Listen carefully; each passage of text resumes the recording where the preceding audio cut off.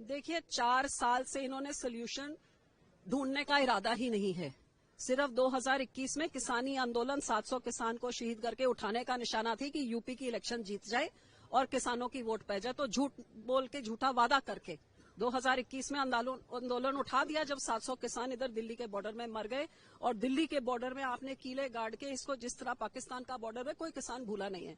4 साल से लगातार किसानों वही मांग रहे हैं जो मांग प्रधानमंत्री जी जब चेयरमैन थे कमेटी के, इन्होंने यही रिकमेंडेशन मनमोहन सिंह जी को दी थी कि किसानों की एमएसपी को एक कानून बनाया जाए कि एमएसपी से कम में कोई नहीं बेचे। मिनिमम सपोर्ट पर किसान कहता है कम से कम मेरा जो खर्चा है उस पे 50% लागत डाके ताकि मैं अपना पेट पाल सकूं, अपना घर बना सकूं, बच्चों को एजुकेट कर सकूं, बूढ़ों को दवाई दे सकूं।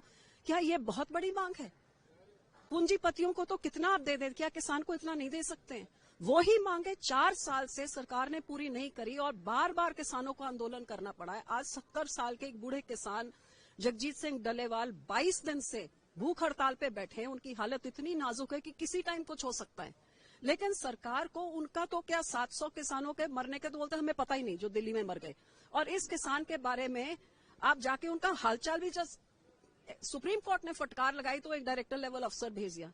क्या इधर के मंत्रियों को इतना समय नहीं है? क्या किसान की जान या किसानों की इनको इतनी बेपरवाह है इनके संकट से?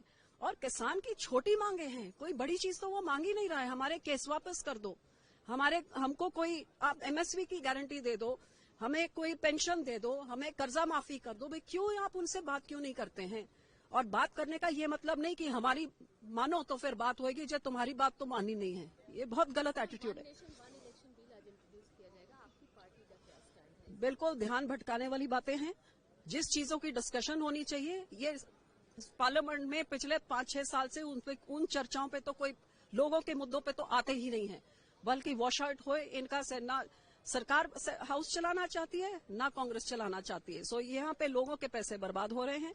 और ये 1 नेशन 1 इलेक्शन से मैं सरकार को पूछना चाहती हूँ, किसका पेट भरेगा, किसको नौकरी मिलेगी, कौन सा किसानी संकट दूर होएगा और कौन सा लोगों को इसमें से क्या फायदा होएगा? आपको 5 साल के लिए जो चुना जाता है दिल्ली में बैठ के काम करने के लिए, आपको हर एक राज्य के इलेक्शन में काम धंधा दफ्तर बंद करके क्यों भागना पड़ता है? आप अपना काम करिए और राज्य की सरकार को अपना काम करने दिए।